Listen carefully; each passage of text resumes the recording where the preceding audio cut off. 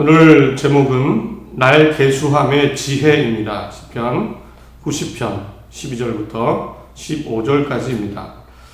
오늘 주일은요, 종교개혁 주일로 지킵니다. 종교개혁은 1517년 당시 비텐베르크 대학의 교수였던 마틴 루터라는 신부에 의해서 시작된 신앙개혁 운동입니다.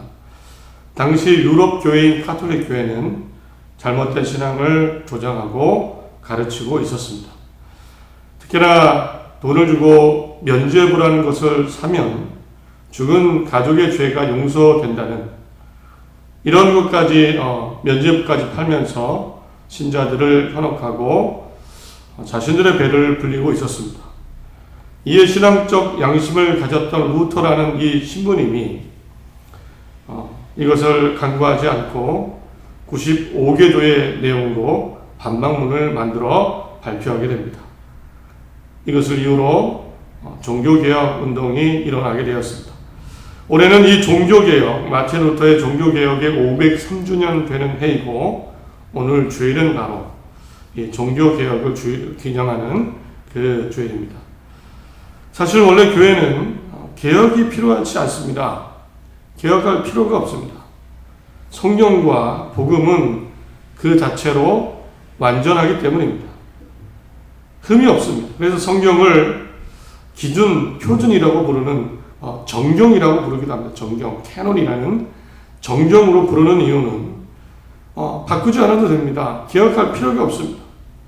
이미 그 자체로 완전한 복음이고 하나님의 말씀이기 때문입니다. 그냥 잘 지키면 됩니다. 그런데 신앙개혁, 종교개혁이 일어났다는 것은 결국에는 잘못되어 버렸다는 겁니다. 부패하고 뭔가 죄가 있고 잘못된 교회와 신앙이 되어 버렸기 때문에 종교개혁 운동이 일어난 겁니다. 실제로 교회가 돈과 권력을 밝히고 또 일반 성도에게 잘못된 신앙을 가르치면서 설교하면서 모두가 교회 자체가, 신앙 자체가 잘못되게 되면서 바로 이 종교개혁 운동이 일어난 것입니다. 사실 루터의 종교개혁이 있기 이전에 인류 역사에는 사실 많은 신앙개혁 운동이 이미 있었습니다. 구약 사사기에 드보라, 입다, 기드온이라는 사사들, 우상 숭배하는 이스라엘 민족을 개혁하고 하나님께 다시 돌아오자고 했습니다. 왕정시대 요시야 왕도요, 사람들이 이제 하나님 버리고 우상 숭배할 때 우상을 없애버리고 성전을 수리하고 다시 성경을 회복하는 운동을 벌이며 하나님께 돌아오려는 신앙 운동을 펼친 겁니다. 이스라엘 나라가, 이스라엘이 우상 숭배하고 타락하면서 멸망을 하게 되는데 이제 포로로 끌려간 다음에 다시 귀국을 합니다. 나라로 돌아옵니다. 귀향을 합니다. 이때 에스라, 느헤미야 같은 사람들은 다시 하나님께 돌아갑시다. 하나님의 말씀으로 돌아갑시다. 이런 신앙개혁 운동을 펼쳤습니다.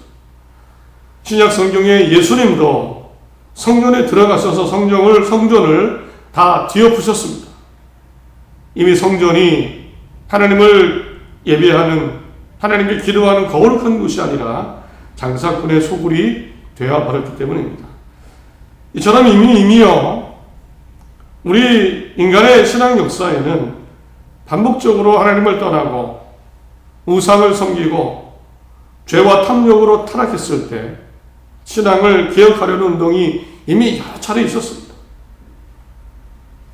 사실 부끄러운 인간 신앙의 역사이기도 합니다. 어떻게 보면 종교개혁이 주는 따끔한 메시지 중에 하나는 사람의 신앙, 교회의 신앙이 타락할 수 있다는 겁니다. 잘못될 수 있다는 겁니다. 실은 지금 우리에게도 개혁할 것이 있습니다. 크게는 한국교회와 우리 전체적인 우리 모두의 신앙, 한국교회의 신앙을 개혁할 필요가 있습니다. 그러나 그 이전에 이미 우리 개개인에게도 분명히 있을 겁니다. 바꿀 것이 있습니다. 인생을 살면서 바뀌고 변질되고 약해지고 그런 분명한 신앙들이 있습니다. 우리는 사실 매일매일 개혁을 해야 됩니다. 내가 잘 살았나? 밤에 잠자리에 들기 전에 곰곰이 생각하고 눈을 뜨면 다시 정신을 차리고 내 신앙을 다시 깨끗하게 하며 매일매일이 사실은 신앙을 개혁하는 그런 순간이어야 합니다. 그러므로 오늘 특별히 종교개혁주의를 맞아서 시편 90편이 우리에게 주는 메시지가 있습니다. 이 90편의 말씀을 중심으로 내 삶과 믿음을 돌아보는 시간이 되었으면 합니다. 혹여나 잊혀지고 삐뚤어진 신앙이 있다면, 약해진 신앙이 있다면 변화의 계기가 되었으면 합니다. 신앙도 삶도 어려운 시기지만 정말 하나님을 의지하는 신앙으로 다시 돌아가는 그런 깨달음이 있기를 원합니다. 오염된 세상, 그 속에서 다시 우리 마음이 깨끗해지게 되는 그런 신앙개혁의 시작이 되는 그런 시간이기를 간절히 소원합니다. 오늘 말씀 함께 나누면서 우리 마음속에 정말 하나님을 더 가까이 하는, 더 하나님이 기뻐하시는 믿음으로 변화될 수 있기를 간절히 바랍니다. 오늘 시편 90편에는 이런 제목이 붙어 있습니다. 하나님의 사람, 모세의 기도라는 제목입니다. 시편 가운데 유일하게 모세에 의해 기록된 시편입니다. 모세가 기록했다고 전해지는 시편입니다. 오늘 시편은요, 모세가 인생의 어느 순간에 가장 깊이 깨달은 것, 또 자기가 확신하고 믿고 있었던 것을 기도 형식으로 하나님께 고백한 내용입니다. 실제로 하나님을 경험한 사람의 고백입니다. 경험하고 그 하나님과 이야기하고 하나님의 말씀을 명령을 듣고 200만 명의 지도자로 살았고 하나님과 대화하면서 십계명을 듣고 받아온 사람, 하나님의 율법의 말씀, 성경 말씀을 들었던 사람, 최초로 성전 모델인 성막을 만들었던 사람. 그래서 유대인들은 이 모세를 가장 위대한 선지자 중에 하나로 꼽습니다. 정말 이렇게 하나님을 경험한 모세가 오늘 그 하나님을 기억하며 하나님을 향해 솔직하게 드린 기도의 내용입니다. 깨달음이 있기를, 우리에게 깨달음이 있기를 간절히 바랍니다. 먼저 모세는요, 가장 핵심적으로 고백하고 인정하는 것이 하나 있습니다. 그것은 하나님에 대한 것인데요. 하나님은 영원부터 영원까지 정말 존재하시는 분이다라는 사실입니다. 이전에 산이 생기기 전, 땅과 세계도 주께서 조성하시기 전, 곧 영원부터 영원까지 주는 하나님이시니이다. 사절의 주의 목전에는 천년이 지나간 어제 같으며 밤의 한순간 같을 뿐임이니이다. 하나님은 영원부터 영원까지 존재하시는 정말 그런 하나님이시다. 진짜 하나님이시다. 그게 진실한 경험의 고백입니다. 하나님 앞에서는 인간은 꿈도 못 꾸는 천년이 마치 지나간 하루 같습니다. 밤의 한순간 같습니다.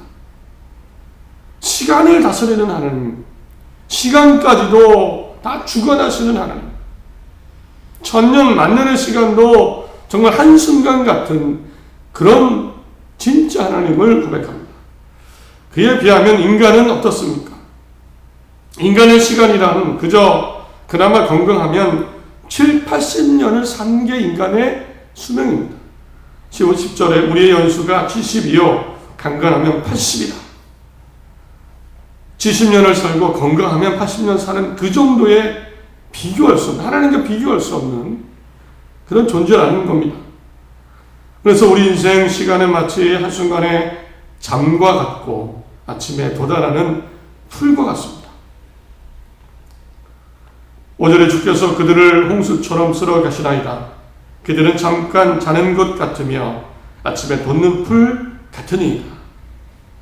우리에게 70년, 80년의 세월이 아주 길게 느껴져도 하나님 보실 때 하나님과 비교하면 잠깐 잠을 자는 것, 아침에 잠시 돋아나는 풀 같습니다. 얼마나 보잘것없습니까? 인간의 수명과 인간의 시간, 인간의 존재. 더군다나 혹 하나님이 진노하시기라고 화를 내시기라고 하면 사람에게 그 짧은 순간의 인생조차도 그냥 순식간에 사라지는 게 인간의 현실입니다. 절절에 우리는 주의 노에 소멸되며 주의 분내심에 놀라나이다. 9절에 우리의 모든 날이 주의 분노 중에 지나가며 우리의 평생이 순식간에 다하였나이다. 하나님이 화를 내시면 순식간에 우리 인생은 사라지고 맙니다. 이렇게 결론적으로 모세는요, 천년조차도 하루 같은 그런 하나님. 반면 인간은 그 수명이 70년, 80년인데 우리는 길다 대단하다 느끼겠지만 그냥 하룻밤, 불 한 포기에 불과한 그런 인생을 사는 그런 존재라는 겁니다. 이것이 모세가 경험하고 깨닫고 있는 하나님, 그리고 자기 자신의 모습입니다. 어디에도 모세의 자랑이나 자신의 대단함을 표현하지 않습니다. 하나님에 비하면 너무나 부족하없습니다. 이것을 깨닫고 살았던 모세, 그래서 이제 중요하게, 정말 중요하게 하나님께 구하는 것이 있습니다. 인생을 살아야 되는 모세가 과연 무엇을 하나님께 구했을까요? 하나님을 직접 경험하고 하나님의 존재를 몸으로 정말 느끼고 알고 살았던 이 모세, 그 하나님 앞에 자신의 존재가 얼마나 연약하고 그 인간의 수명이 짧은지를 경험했던 모세가 하나님께 구한 것이 있습니다. 뭘까요? 오늘 나누고자 하는 것은 두 가지입니다. 첫째는요, 이겁니다. 12절입니다. 우리에게 우리의 날 계수함을 가르치사 지혜로운 마음을 얻게 하소서. 현대인의 성경입니다. 우리의 인생이 얼마나 짧은지 헤아릴 수 있게 하셔서 우리가 지혜로운 마음을 얻게 하소서. 하나님, 우리의 일생이 얼마나 짧은지 헤아리고 기억하며 살고, 그래서 우리가 지혜로운 마음으로 살게 하소서. 이런 기도를 가장 처음 드립니다. 내가 살아갈 때 내 인생이 얼마나 짧은지, 보잘것없는지를 기억하며 살기를 원하는 그런 부르짖음입니다. 내가 무엇을 하고 어떤 존재든 간에 나는 정말 짧은 인생 사는구나. 하룻밤 인생을 사는구나. 풀 한 포기 같은 인생을 사는구나. 하나님 앞에 정말 하나님이 진노하시면 사라질 수밖에 없는 그런 정말 연약한 인생을 사는구나. 이것을 깨닫게 해달라는 지혜를 달라고 간구했습니다. 톨스토이 책 중에 사람은 무엇으로 사는가라는 책이 있습니다. 단편소설인데 이 책의 주인공이 미하엘이라는 천사입니다.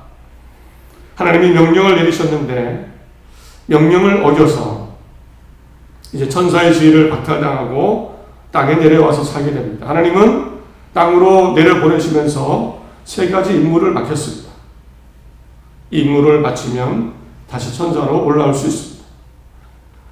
처음에 구두 수송공에게 발견되어져서 그 집에 살게 됩니다. 구두 기술을 배우고 천사니까 구두를 정말 잘 만들어서 소문이 났습니다. 그런데 어느 날 정말 한 부자가 찾아왔습니다. 최고급 가죽을 가지고 부자가 찾아와서는 이 가죽으로 최고의 신발을 만들어 달라고 의뢰를 하고 돌아갑니다. 그런데 미하엘이요, 이 최고급 가죽을 가지고 그 사람이 부탁한, 만들어 달라고 한 최고의 신발을 만들지 않고 대신 장례식에 신는 장례식 신발을 만듭니다. 난리가 납니다.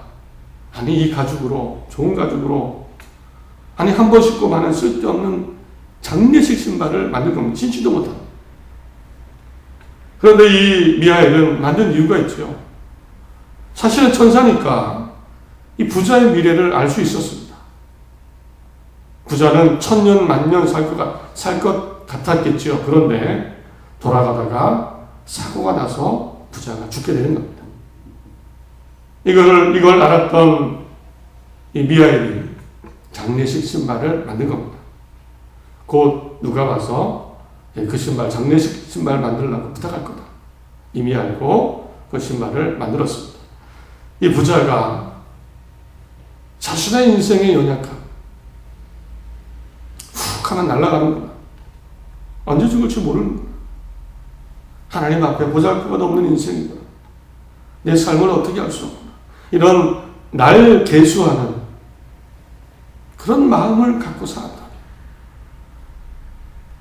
자신의 인생이 짧고 내 인생이 얼마 남지 않았어. 언제라도 하나님이 불러가실 수 있어라는 것을 늘 깨닫고 살았다면 그렇게 했을까요?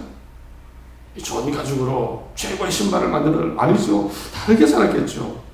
다르게 살았겠죠. 똑같은 일이라도 다르게 살았을 겁니다. 이처럼 많은 사람들이 자신의 인생의 한계, 정말 보잘것없는 인생, 하나님 앞에 보잘것없죠. 사실은 물론 우리가 가치 없게 여기서는 안 됩니다. 인생. 그러나 하나님 보실 때 하나님의 영원하심 앞에, 하나님의 주권적인 이 역사 앞에서 인간은 너무나 연약합니다. 마치 천년 만년 내가 살 것 같지만 그렇지 않다는 거 이미 다 알고 있음에도 우리는 그렇게 살 것처럼 행동하고 살아갑니다. 만약에 나를 계수하는, 시간을 계수하는, 내 시간이 길지 않아, 사실. 내가 인생이 금방 끝나는 거야. 라고 알았다면, 다르게 생각하고, 다르게 살 수 있습니다. 최근 영국의 한 요양원에서 코로나 때문에 가족들을 만나지 못하는 외부와 차단된 어르신들에게 이런 행사를 했습니다. 어르신들에게, 지금 젊은이들에게 인생의 경험을 이야기해 주고 싶은 게 있으면 써서 사진으로 올리는 겁니다. 젊은이들에게 얘기해 주고 싶은 거. 이 노인분들이 경험한 인생 있잖아요. 그래서 젊은이들에게 꼭 해주고 싶은 말을 써서 사진을 찍는 겁니다. 인터넷에 참 화제가 됐다고 합니다. 이런 내용들입니다. 내 돈을 다 써라. 젊을 때를 즐거워라. 즐겨라. 글 쓰기 전에 생각하라. 말다툼을 버렸으면 잠자기 전에 화해해라. 항상 도움을 주고 즐겁고 밝게 생활하라. 학교에서는 열심히 공부하고 할 수 있다면 다른 사람을 도와주라. 행복한 크리스마스를 보내라. 이런 내용입니다. 뭐 특별하지 않죠. 주어진 삶을 그냥 열심히 살라는 것이고, 정말 가정받은 돈을 모으려고 하지도 말고 인생을 즐겁게 살고 남을 도와주고, 싸웠으면 저녁에 화해하고, 내 정확한 노인이 되고 아마 날 계수하고 시간, 남은 인생이 많지 않다는 것을 아시겠죠. 피부로 느끼시겠죠. 아주 겸손한 이야기들이 들려 나옵니다. 아마 반대로 젊은 시절에는 이분들도 이렇게 생각은 못 하셨을 거예요. 나의 계수하는 그 순간이 되면, 내 인생이 짧다는 것을 느끼고 살게 되면 겸손해지고 다르게 살 수 있습니다. 이제 우리의 이런 모세의 기도 강구를 들으면서 우리도 날수를 계산하는, 날수를 아는 지혜로 살 수 있기를 바랍니다. 내 인생은 한순간이구나. 내 인생은 하나님 앞에 보잘것없구나. 내 인생은 한순간의 잠이구나. 이런 생각으로 정말 우리의 하루의 생각, 하루를 사는 생각, 하루하루 하는 모든 일들을 정말 다르게 볼 수 있는 개혁이 이루어질 수 있기를 오늘부터 시작되기를 간절히 바랍니다. 삶에 만족하고요.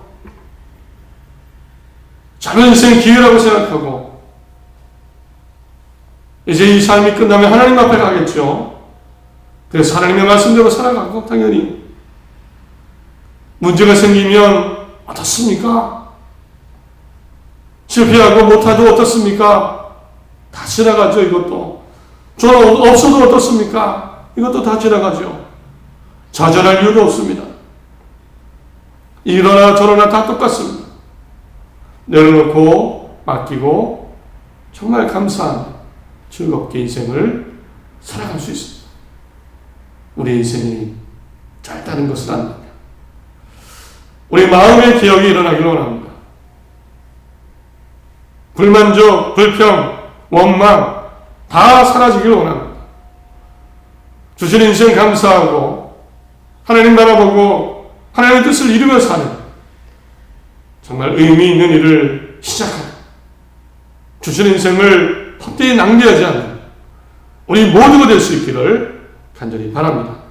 둘째는 그래서 모세는 또 구한 것이 있습니다.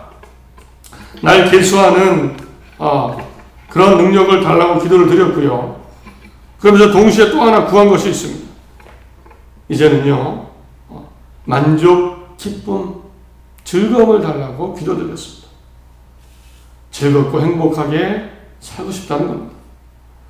14절, 15절 읽어드립니다. 아침에 주의 인자하심이 우리를 만족하게 하사 우리 일생 동안 즐겁고 기쁘게 하소서.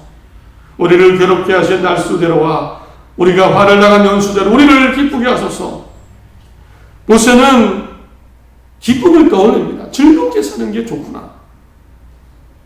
기쁘게 사는 게 좋은 겁니다. 라는 강구하고 있습니다. 사실 모세는 참 힘든 삶을 살았습니다. 모세 스스로의 고백입니다. 10절에 우리의 연수가 70이요. 강건하면 80이라도 그 연수의 자랑은 수고와 슬픔뿐이요. 돌아보니 수고와 슬픔뿐이었다라고 얘기합니다. 모세는 실제 우여곡절이 참 많았습니다. 어릴 적 부모님 이집트 공주의 아들로 자랐죠. 유대인들 아들이 태어나면 다 죽이던 때입니다.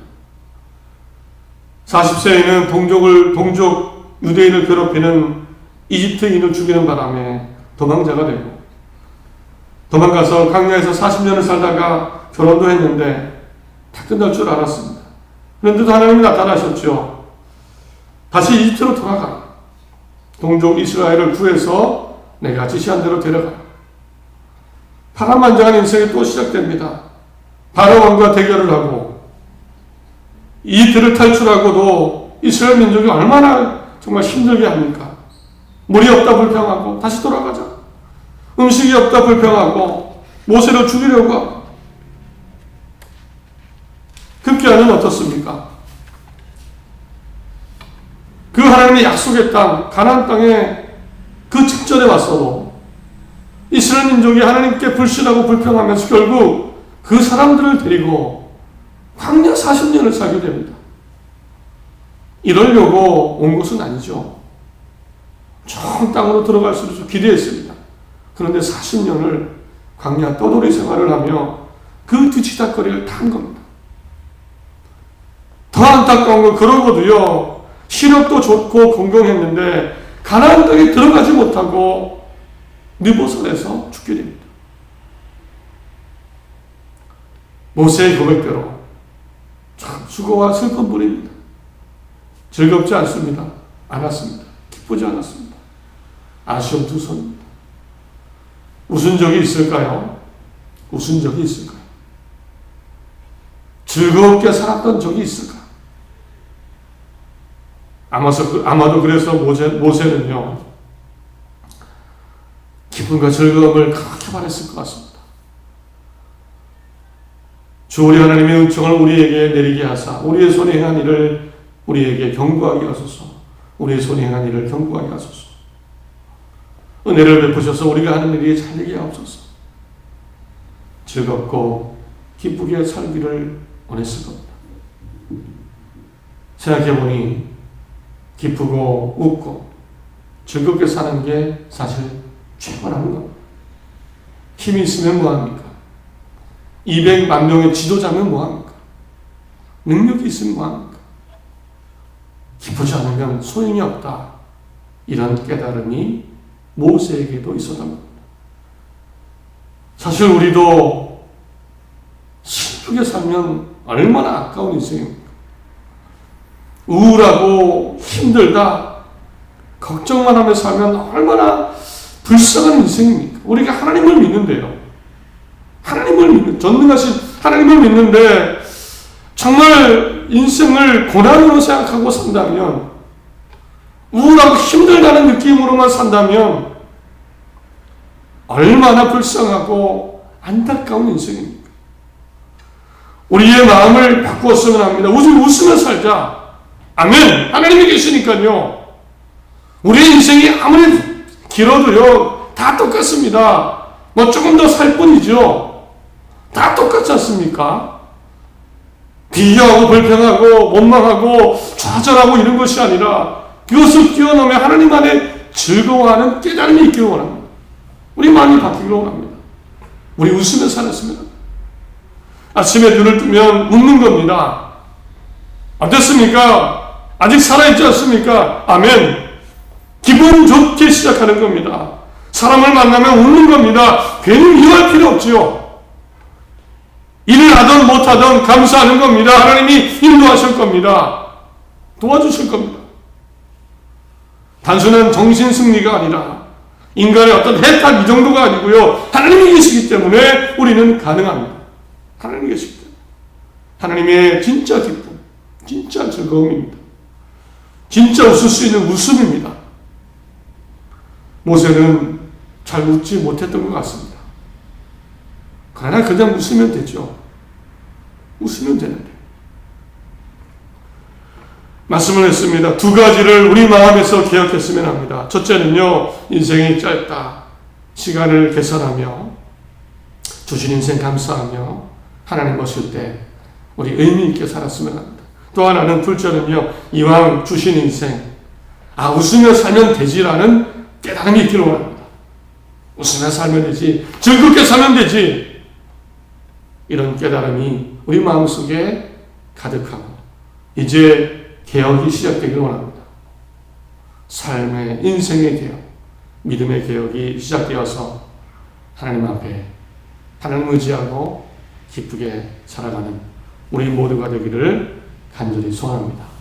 하나님이 계시기 때문에 함께 하실 줄 믿습니다. 새로운 한 주입니다. 기쁨과 소망이 넘치시기를 간절히 바랍니다.